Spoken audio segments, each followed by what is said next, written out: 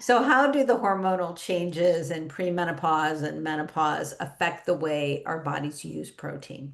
Yeah, so estrogen specifically is considered more like an anabolic hormone, and it essentially that means like building. So it's going to do, if we have that decline in estrogen, we're going to have a loss of that, anabolic effect of our muscle mass.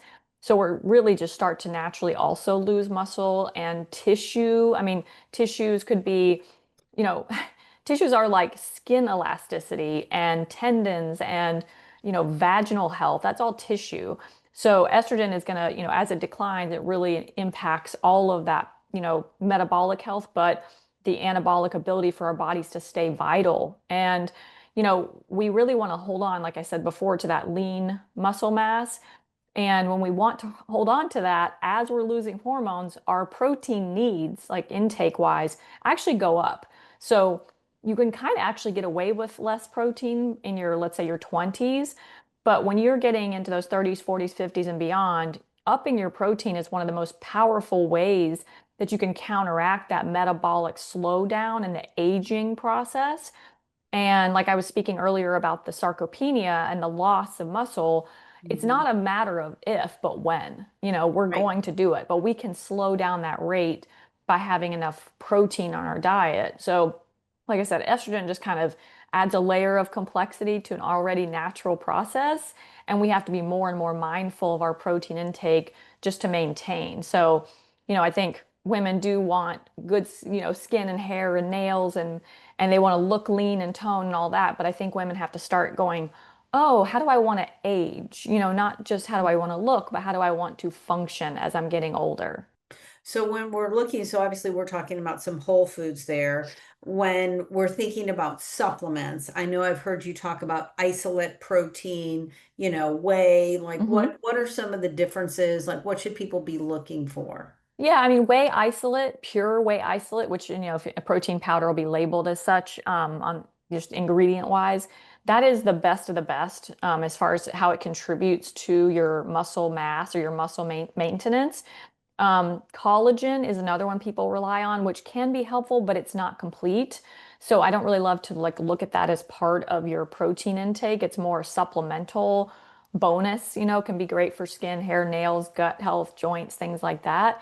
But really, whey isolate is the sort of like most pure form of a dairy-based protein. So for women who don't love meat or they can't tolerate protein powders, what are some practical whole food protein options that actually work?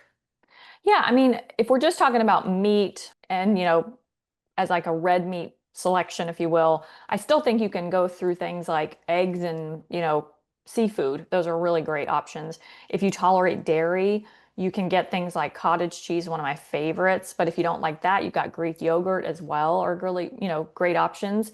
Plant-based wise, there is a place for people to incorporate things like soy-based. So, organic soy always. You could do tofu, tempeh, edamame. Those are going to be better choices for the plant-based proteins for people who just absolutely will not have an animal protein in their diet or don't want that.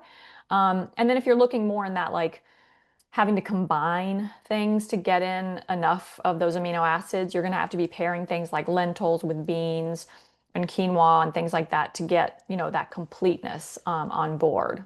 So what are the signs or symptoms that women maybe aren't getting enough protein?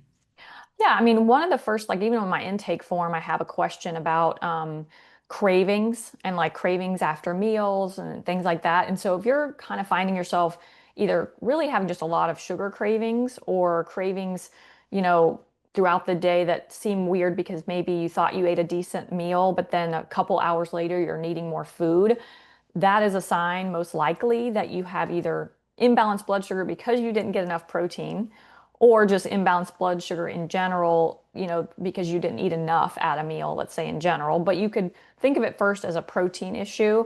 Another thing is women want to feel, and again, I'm very generalized with this whole women's, stereotyping, and I don't love to be stereotyping, but depends on the generation that you're from as well. But some women really think of like, I want to be lean or I want to be thin, but then they're also kind of skinny fat. It's a terrible term, but it's just what it is.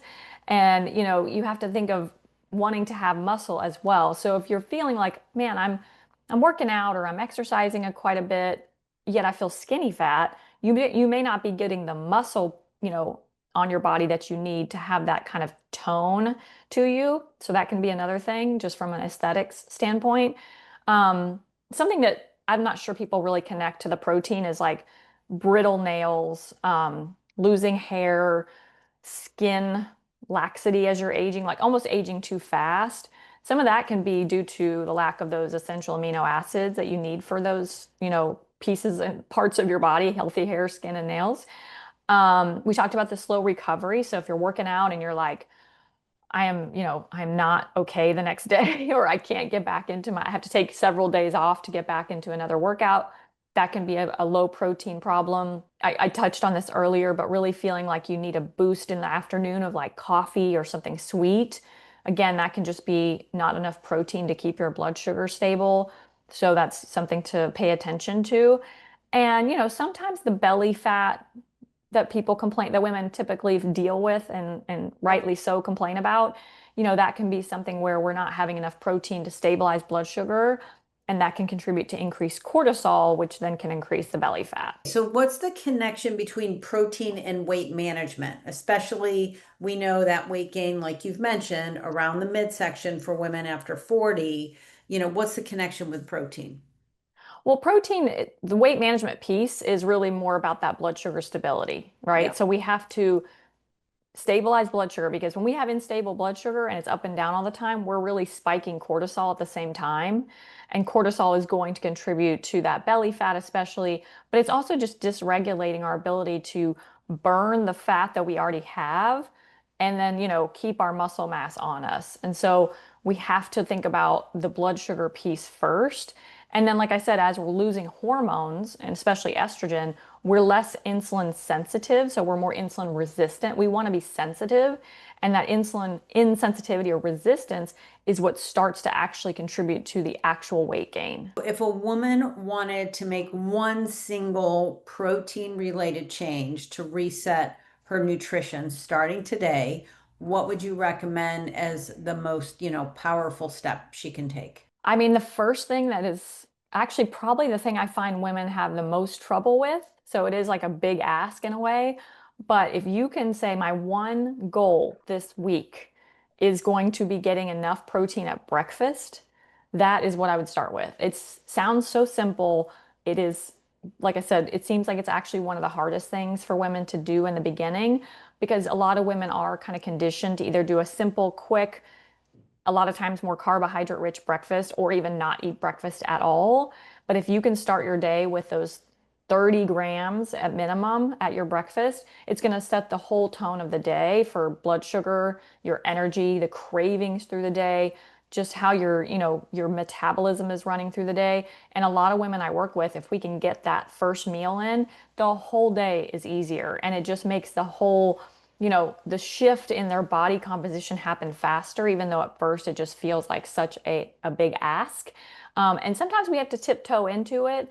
But, women will say, well, yeah, I have protein at breakfast. I have a hard-boiled egg. And I'm like, that is like 7 grams of protein. I mean, Yeah, good effort, but we really gotta like let's start to add a couple eggs or egg whites or whatever to it, or have some cottage cheese with it or whatever it might be to just build into it. I don't think people should go from 0 to 60, like as far as just the rate of acceleration here.